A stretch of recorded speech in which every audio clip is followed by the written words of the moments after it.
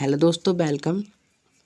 दोस्तों, इस वीडियो में हम कक्षा 10 का गणित पार्ट 1 वास्तविक संख्याएं का प्रश्नावली 1.2 का क्वेश्चन नंबर 5 हल करने वाले हैं। जैसा कि आप स्क्रीन पर देख रहे हैं, क्वेश्चन नंबर हमारा 5 है। जांच कीजिए कि क्या किसी प्राकृतिक संख्या n के लिए संख्या 6 पर पावर n अंक 0 पर समाप्त हो सकता है। ठीक है दोस्तों, चलिए हम पहले इसके बेसिक कॉन्सेप्ट को समझ लेते हैं। हम लिखेंगे हल।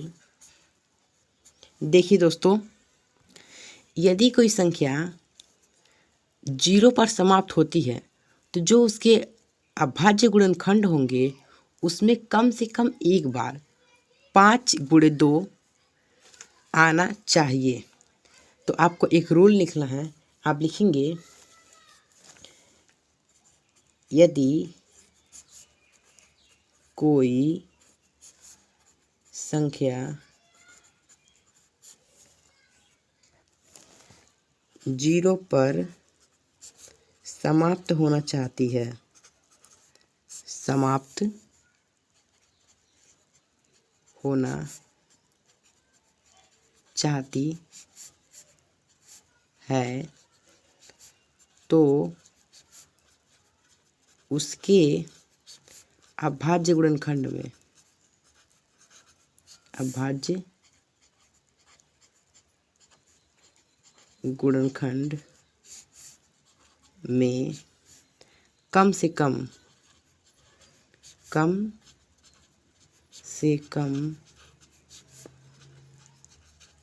एक बार 2×5 जो है आना चाहिए। दोस्तों, और कोई संख्या है अगर वो 0 पर समाप्त होना चाहती है तो उसके अभाज्य गुणनखंड में कम से कम एक बार 2×5 आना चाहिए। एक बार से अधिक जितनी बार भी आए वो 0 पर समाप्त हुई, लेकिन 2×5 एक बार आना चाहिए। तो आपको करना क्या है, आपका क्वेश्चन जो है वो पूछा है कि किसी प्राकृतिक संख्या n के लिए संख्या 6 पर पावर n अंक पर समाप्त हो सकती है। तो आप लिखेंगे 6 के गुणनखंड करने पर 6 के गुणनखंड करने पर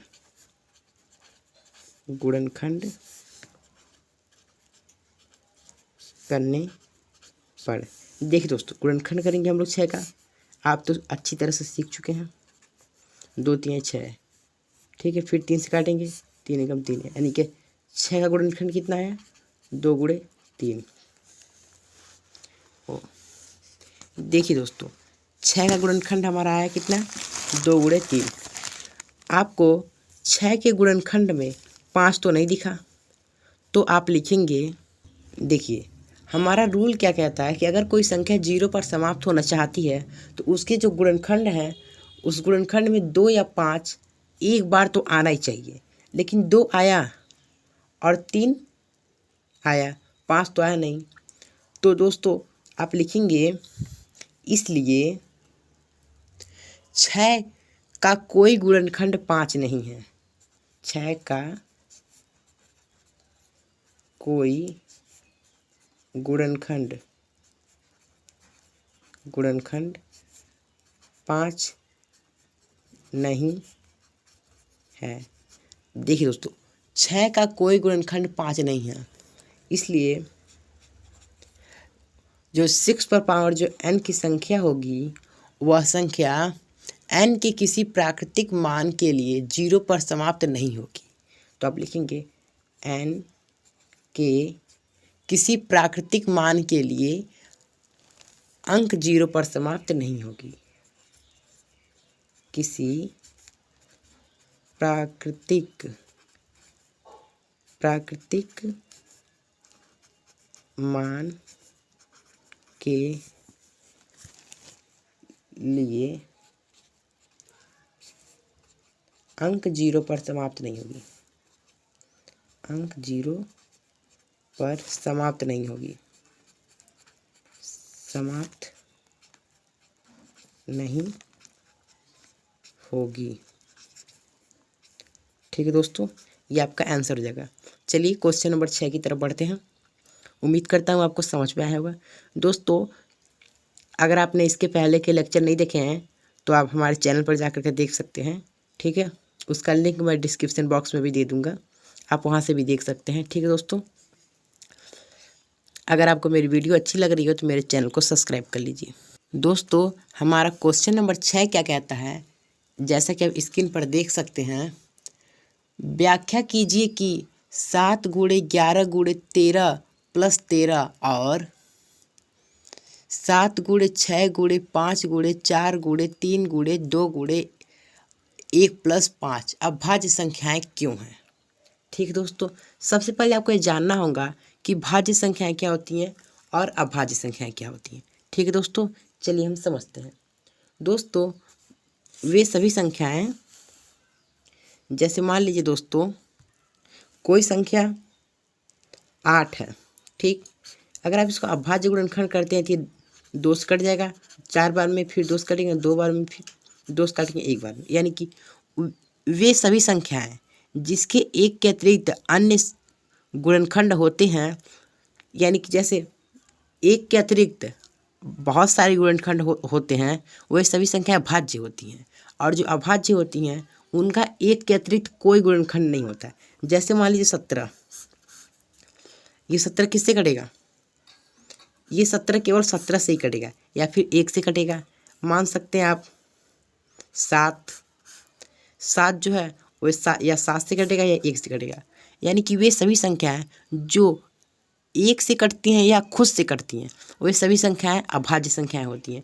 और वे सभी संख्याएं जो जिसका एक और खुद के अतिरिक्त और भी गुणनखंड होते हैं वो भाज्य संख्याएं होती हैं। ठीक दोस्तों, उम्मीद करता हूँ आपको समझ में आ रहा होगा, ठीक है। दोस्तों हमको इसमें व्याख्या करना है, तो पहला हमारा क्या दिया है कि 7 गुणे 11 गुणे 13 प्लस 13, यानी कि 7 गुणे 11 गुणे 13 प्लस 13, ठीक। हमको ये भी इसकी व्याख्या करने की संख्याएं भाज्य संख्याएं क्यों हैं, यानी ये जो संख्या है ये भाज्य संख्याएं क्यों हैं, ये अभाज्य संख्याएं क्यों नहीं हैं। तो दोस्तों आपको जैसा पता है कि जो संख्याएं खुद से कटती हुई हैं और 1 से भी कटती हैं, उसके अतिरिक्त भी उसके अन्य गुणनखंड होते हैं जिससे वो कट जाती हैं, वो सभी संख्याएं भाज्य होती हैं। और जो अभाज्य होती हैं वो या तो 1 से कटेंगी या तो खुद से कटती हैं, यानी कि 1 के अतिरिक्त उनका कोई भी अभाज्य गुणनखंड नहीं होता। ठीक है दोस्तों, तो दोस्तों हमें करना क्या है, देखिए ये इतना गुणा में है, ये प्लस में है, तो आप इसको इस प्रकार से लिख लीजिए 7 गुणे 11 गुणे 13 प्लस 13, ऐसे लिख सकते हैं। अब इसमें देखिए 13 इसमें भी है, 13 इसमें भी है, 13 कॉमन ले लीजिए, तो आपको बचेगा क्या, ये क्या है दोस्तों 7 गुणे 11 बचेगा इधर, गुणे 1 बचेगा, प्लस 1 यहाँ बचेगा, ठीक। अब देखिए 13 कोई चिन्ह नहीं होता, यानी गुणक चिन्ह होता है, आपको पता है। 13 7 से 77, 77 एकम 77 प्लस 1, ठीक। अब देखिए 13 गुणे 77, 77 है, ये प्लस 1 भी जोड़ सकते हैं, प्लस 1 78 हो जाएगा, यानी कि ये अब क्या हो जाएगा 13 77 1 78, यानी कि 78, ठीक है। अब देखिए दोस्तों ये जो संख्या है ये 13 गुणे 78 है, ये एक भाज्य संख्या है। अब देखिए अगर हम 78 के गुणनखंड करते हैं, यहाँ पे कर लेते हैं, कितना है 78, ठीक है दोस्तों। अगर आपने पहला लेक्चर देखा होगा तो आपको पता होगा विभाज्यता का नियम क्या है, ठीक है दोस्तों। देखिए ये 3 से संख्या विभाजित हो रही है, यानी कि जब ये संख्याओं के जो अंक हैं इनका योगफल अगर 3 से विभाजित होता है तो पूरी संख्या 3 से विभाजित होती है। यानी कि 7 और 8 कितना होता है 15, 15 3 से विभाजित होती है, इसलिए पूरी संख्या 3 से विभाजित होगी। 3 से हम काटेंगे, 3 दूना 6 हासिल, 1 इधर जाएगा, यानी कि 18, 3 छके 18 हो जाएगा, ठीक। अब देखिए अब इस संख्या किससे कटेगी, ये संख्या 13 से कट जाएगी, यानी कि 13 से कटेगी, 13 दूना 26। ठीक है दोस्तों, 26। अब ये 2 किससे कटेगा, 2 से कट जाएगा, 2 एकम 2। यानी कि ये जो संख्या है ये 13 गुणे 3 गुणे 13 गुणे 2 के रूप में आप लिख सकते हैं। सॉरी दोस्तों, आपको दिख नहीं रहा था, के रूप में लिख सकते हैं। यानी कि इस संख्याओं का एक के अतिरिक्त अनेक गुणनखंड है। अनेक नहीं कह सकते हैं दोस्तों, देख सकते हैं 13 गुणे 3, 13 भी गुणनखंड है, 3 भी गुणनखंड है और 2 भी गुणनखंड है। यानी कि ये जो संख्या है ये भाज्य संख्या है। आप लिख सकते हैं अतः ये संख्या है, यह भाज्य संख्या है। संख्या है। ठीक दोस्तों, अब आप लिखेंगे इसलिए, यहाँ थोड़ा ऊपर कर लेते हैं। आप लिखेंगे इसलिए जो हमारा क्या है 7 गुणे 11 गुणे 13 प्लस 13 जो है इतने को 13 गुणे 3 गुणे 13 प्लस 2, यानी कि 13 गुणे 3 गुणे 13 प्लस 2 के रूप में 2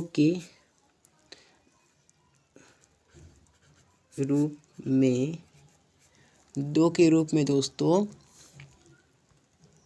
व्यक्त किया जा सकता है। व्यक्त किया जा सकता है। ठीक है, अब चलिए आगे देख लेते हैं। अब ये क्वेश्चन पूरा नहीं हुआ है दोस्तों, इसमें आपको 2 संख्याएं दी थी। जैसे कि आपने देखा कि पहला था क्या कि 7 गुणे 11 गुणे 13 प्लस 13 था, और दूसरा जो है वो है 7 गुणे 6 गुणे 5 गुणे 4 गुणे 3 4 गुणे 3 गुणे 2। ठीक दोस्तों, गुणे 1 प्लस 5। जैसे आपने पहला किया वैसे इसको भी करना है। ठीक है, अब इसे भी हम लोग उसी तरीके से करते हैं। अब देखिए दोस्तों, इसको आप लिख सकते हैं एक, ये इतना गुणा में है इतना जोड़ में था, इस प्रकार लिख सकते हैं 7 गुणे 6 गुणे 5 गुणे 4 गुणे 3 गुणे 2 गुणे 1, एक ब्रैकेट में प्लस 5। ठीक, अब इसमें देखिए 5 यहाँ भी है, 5 है, यानी कि 5 कॉमन है, 5 कॉमन ले लेंगे। 7 गुणे 6, 7 गुणे 6 प्लस 5 तो कॉमन आ गया है, तो दोस्तों यहाँ क्या हो जाएगा, यहाँ प्लस नहीं रहेगा, गुणे 1 लिख सकते हैं चाहे तो आप। 1 गुणे 4 गुणे 3 गुणे 2 गुणे 1, ठीक, प्लस 1 ही होगा। अब देखिए दोस्तों, ये आपने 5 कॉमन ले लिया, गुणे, देखिए दोस्तों 7 का गुणा करेंगे 6 में, 6 का गुणा 1 में वही रहेगा, जो आएगा उसका गुणा 4 में कर देंगे, जो आएगा उसका गुणा 3 में करेंगे, जो आएगा उसका गुणा 2 में करेंगे, और जितना आएगा उसका गुणा 1 में करेंगे तो उतना ही रहेगा। इस सारा गुणा करके आता है हमारा कितना 1008 प्लस का 1 है। ठीक है दोस्तों, अब देखिए 5 गुणे 1009, क्योंकि 8 1 9। देखिए दोस्तों ये भी संख्या है, भाज्य संख्या है। अब आप कहेंगे कैसे, देखिए जो भाज्य संख्या होती हैं उसका केवल जो गुणनखंड होता है उसे केवल 1 से विभाजित होगी या खुद से विभाजित होती है अभाज्य संख्याएं, और जो भाज्य संख्याएं होती हैं उनका 1 से अधिक गुणनखंड होते हैं। ठीक है दोस्तों, चलिए हम आगे भी लिखते हैं। आप लिखेंगे चूँकि, ठीक दोस्तों, 7 गुणे 11 गुणे 13, आप लिखेंगे चूँकि 7 गुणे 6, 7 गुणे 6 गुणे 5 गुणे 4 गुणे 3 गुणे 1। ठीक है दोस्तों, 3 गुणे 2 गुणे 1। ठीक है दोस्तों, आप लिखेंगे इस प्रकार से। इतने को किसके रूप में लिखा जा सकता है दोस्तों, इतने कितने रूप में लिखा जा सकता है, तो आप जानते हैं हम लोग पहले लिखा है कितना 5 गुणे 1009। ठीक है, 5 × 1,009 के रूप में व्यक्त किया जा सकता है, रूप में व्यक्त किया जा सकता है, व्यक्त किया जा सकता है। ठीक दोस्तों, इसलिए जो दी गई संख्या है वो भाज्य संख्या है, इसलिए लिखेंगे दी गई संख्या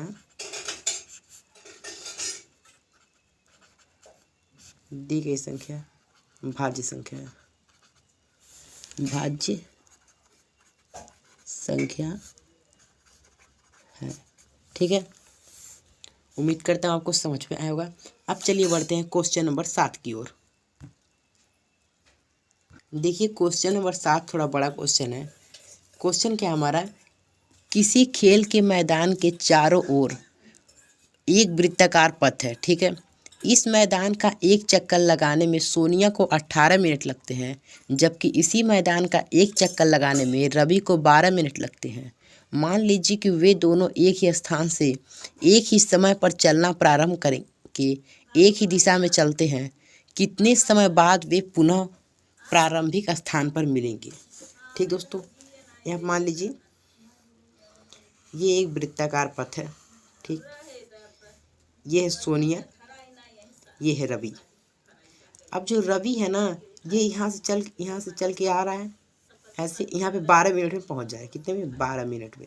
और ये सोनिया चल रही है इस वृत्ताकार पथ पर, ऐसे आ रही है, तो सोनिया कितनी मिनट में पहुँच रही है? एक चक्कर आ रही है 18 मिनट में। ठीक, रवि जो है वो 12 मिनट में एक चक्कर पूरा कर ले रहा है, और सोनिया कितनी मिनट में कर रही है? 18 मिनट में कर रही है।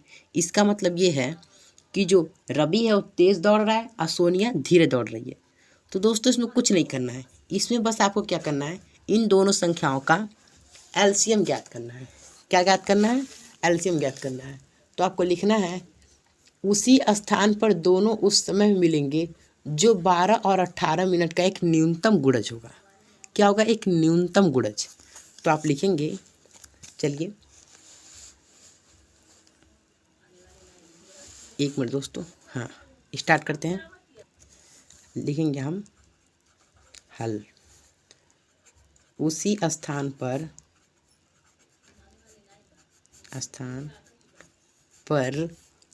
दोनों उस समय मिलेंगे, दोनों उस समय मिलेंगे। ठीक है दोस्तों, उस समय मिलेंगे जो 12 मिनट और 18 मिनट का एक न्यूनतम गुणज होगा, जो 12 मिनट, ये छोटी की मात्रा रहेगी, कोई बात नहीं, और 18 मिनट का न्यूनतम गुणज होगा। ठीक है दोस्तों, तो न्यूनतम गुणज यानी एलसीएम। तो हम 12 मिनट और 18 मिनट का एलसीएम ज्ञात करेंगे। क्या लिखा जाएगा? हम 12 मिनट और 18 मिनट का एलसीएम ज्ञात करेंगे। एलसीएम ज्ञात करेंगे। ठीक दोस्तों, आपको ये सब लिखना पड़ेगा। अगर आप लिखेंगे तो आपको अच्छे नंबर मिलेंगे। ठीक है दोस्तों, चलिए ज्ञात कर लेते हैं एलसीएम। देखिए एलसीएम कैसे ज्ञात करेंगे दोस्तों, आपके पास बहुत ढेर सारी विधि हैं। चलिए हम क्या करते हैं, अब भाज्य गुणनखंड विधि लगाते हैं। तो 12 के भाज्य गुणनखंड क्या होंगे दोस्तों? लिखेंगे 2 से काटेंगे, 2 छके 12, फिर 2 से काटेंगे, 2 3 6 यानी कि 3, एक कम 3। ठीक, और 18 का भाज्य गुणनखंड क्या होंगे? 18 लिखेंगे, 2 से काटेंगे, 9 बार में जाएगा, 3 से काटेंगे, 3 बार में जाएगा, फिर 3 से काटेंगे, यानी कि 1 बार में गया। तो आपका 12 के अभाज्य गुणनखंड होंगे 2 × 2 × 3, 2 × 2 × 3 × 1 लिख लेते हैं। और जो 18 गुणनखंड होंगे वो 2 × 3 × 3 × 1, 2 गुणे 3 गुणे 3 गुणे 1। ठीक दोस्तों, ये क्या हमारे अभाज्य गुणनखंड। हमारा एलसीएम क्या होता है, बगल में निकाल लेते हैं। एलसीएम जो होता है, हम पहले देखते हैं दोनों में कॉमन क्या है। दोस्तों आप ये जो 12 गुणनखंड इसको आप इस प्रकार भी लिख सकते हैं, 2 का पावर 2 गुणे 3 गुणे 1। ठीक, क्योंकि जब संख्याएं 2 या 3 बार होती हैं तो उसको हम पावर की तरह लिख लेते हैं। और फिर इधर हम क्या लिखेंगे, 3 का पावर 2 गुणे 2 गुणे 1। ठीक है, इस प्रकार से हम लिख लेंगे। अब एलसीएम देखते हैं, एलसीएम। तो हमारा एलसीएम क्या होता है, देखते हैं हम पहले कि दोनों में कॉमन क्या है। देखिए 3, इसमें भी 3 कॉमन है, इसमें भी 2 कॉमन है, एक तो कॉमन रहता ही है। तो हम एलसीएम में क्या लेते हैं, मैक्सिमम घात लेते हैं, यानी अधिकतम घात। तो जो अधिकतम घात है वो क्या है, 2 है, यानी कि 3 पर पावर 2 गुणे 2 भी कॉमन है। तो 2 में देखिए मैक्सिमम घात कितनी है, 2 है, यानी कि 2 की मैक्सिमम घात 2 है, तो हम लिखेंगे इतना। ठीक, अब हल कर लेते हैं। 3 पर पावर कितना है, 2, तो आप लिखेंगे 3 गुणे 2 लिख सकते हैं, और गुणे दोस्तों 3 गुणे 3 लिखेंगे। 2 पावर होता है 2 बार लिखते हैं, अब इस पर 2 पर पावर कितना है, 2, तो आप लिखेंगे 2 गुणे 2। ठीक, अब देखिए गुणा कर लेते हैं, 3 3 का 9, 9 दूना 18, 18 दूना 36, यानी कि वो 36 मिनट बाद 36 मिनट में वह मिलेंगे। ठीक है, तो आप यहाँ नीचे लिख लीजिएगा, अतः वह 36 मिनट बाद प्रारंभिक स्थान पर मिलेंगे। ठीक है दोस्तों, अगर आपको मेरी वीडियो अच्छी लगी है तो मेरे चैनल को सब्सक्राइब कर लीजिए, और हमारे साथ पढ़ने के लिए बेल आइकन को दबाना मत भूलिएगा। चलिए दोस्तों, मिलते हैं अगले वीडियो में। जय हिंद।